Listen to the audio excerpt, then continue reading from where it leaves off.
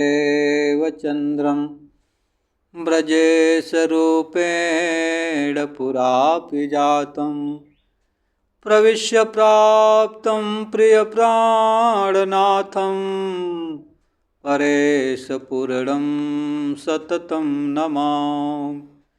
ब्रह्मप्रिया जागरणाय जातः सर्वस्वपाता भवसिन्धुत्राता विज्ञानदाता निजधर्मधाता दीनहि के बन्धो शरणं प्रपद्ये दीनहि के बन्धो शरणं प्रपद्ये।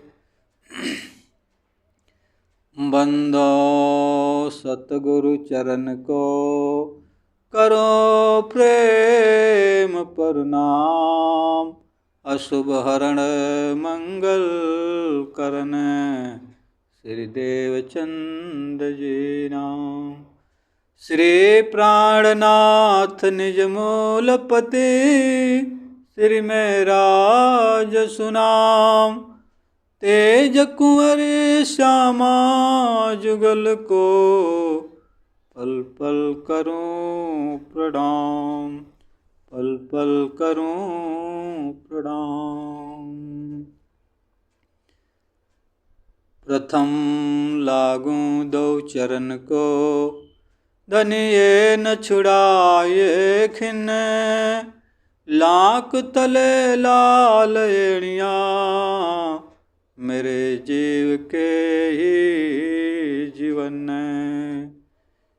मेरे जीव के ही जीवन इन चरण तले पड़ी रहूं धनी नजर खोलो बातों पलन वालों निरखूं नेत्रे मेरे जीव के यही जीवन मेरे जीव के यही जीवन।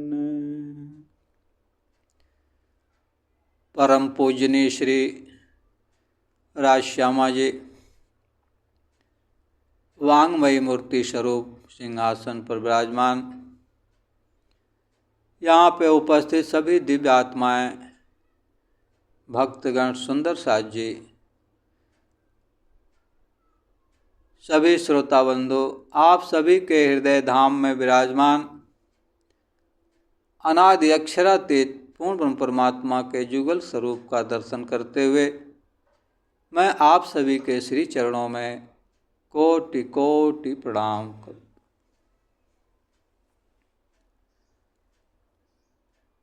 आज हम लोग बड़े पावन बेला में,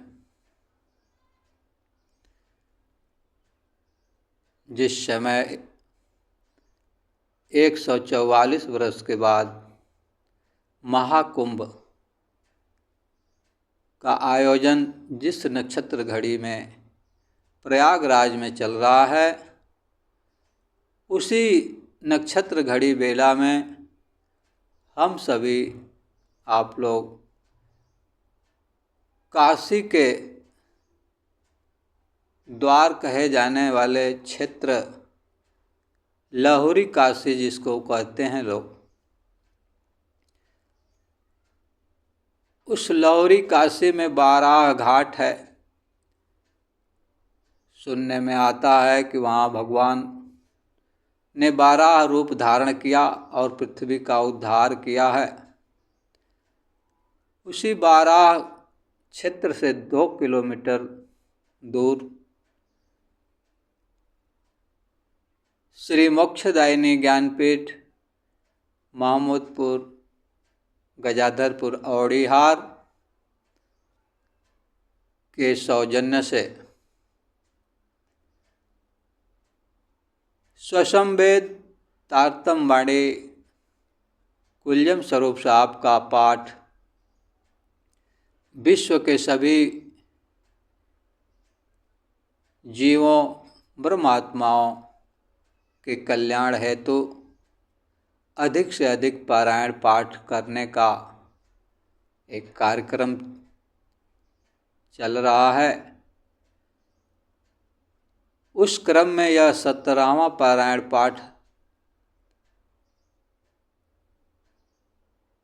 की सेवा परम धाम की लाडली सखियों के द्वारा की गई। इस पारायण पाठ का लाभ लेने के लिए आप लोग सादर आमंत्रित हैं।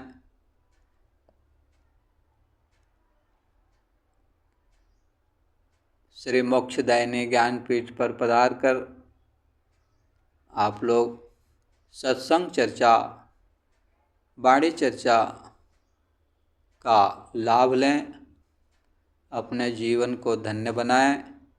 जिस उद्देश्य से आपको मानव तन मिला है उस उद्देश्य की पूर्ति करने हेतु आप लोग अवश्य पधारें। इस कार्यक्रम में समाज कल्याण हेतु ही यह पाठ चल रहा है। जिन लोगों की श्रद्धा मानव समाज,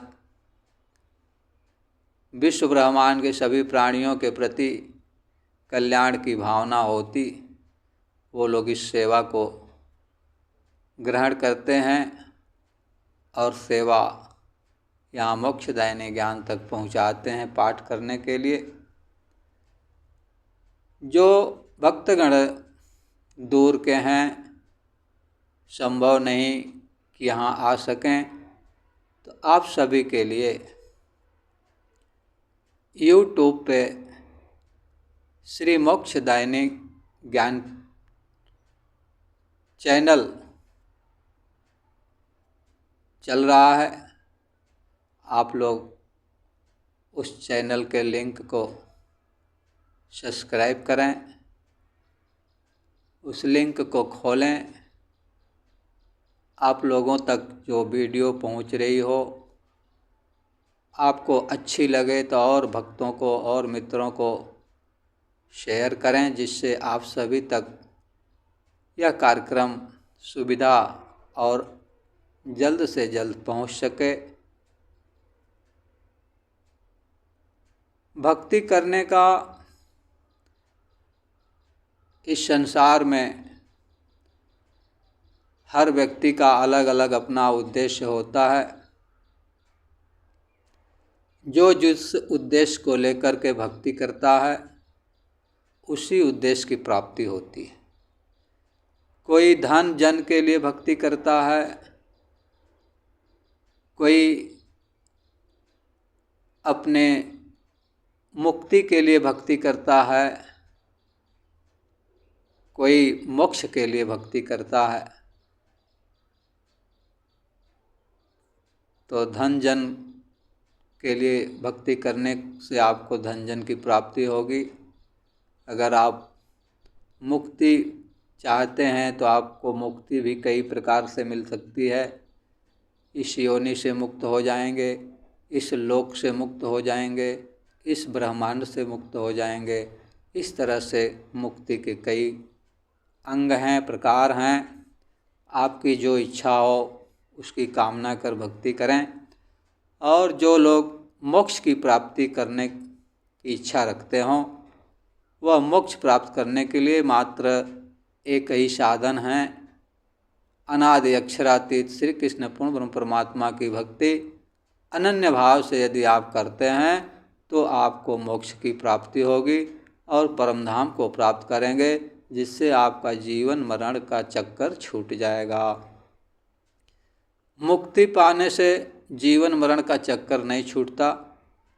मुक्ति पाने से यह होता है कि आपको कई जन्मों जन्मों तक, कई युगों तक इस धरती पे जन्म ना लेना पड़े, किसी और ब्रह्मांड का सुख मिले और धाम का सुख मिले, लेकिन वह समय समाप्त होने पर पुनः फिर जन्म मरण के चक्कर में आना पड़ता है।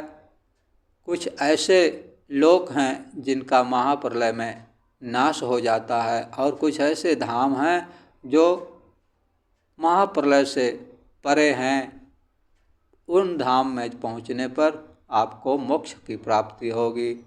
इसी मंगलमय कामना के साथ मैं आज के पारायण पाठ का शुभारंभ कर रहा हूँ।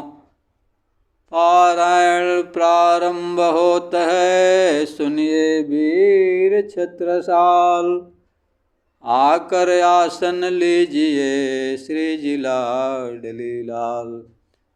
तुम आए सब आया, दुख गया सब दूर, कहे महामते सुख को क्यों कहूँ, जो दया मूल अंकुर, जो दया मूल अंकुर।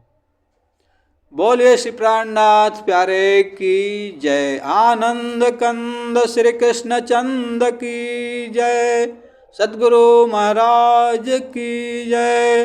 श्री पांच नौतनपुरी धाम की जय।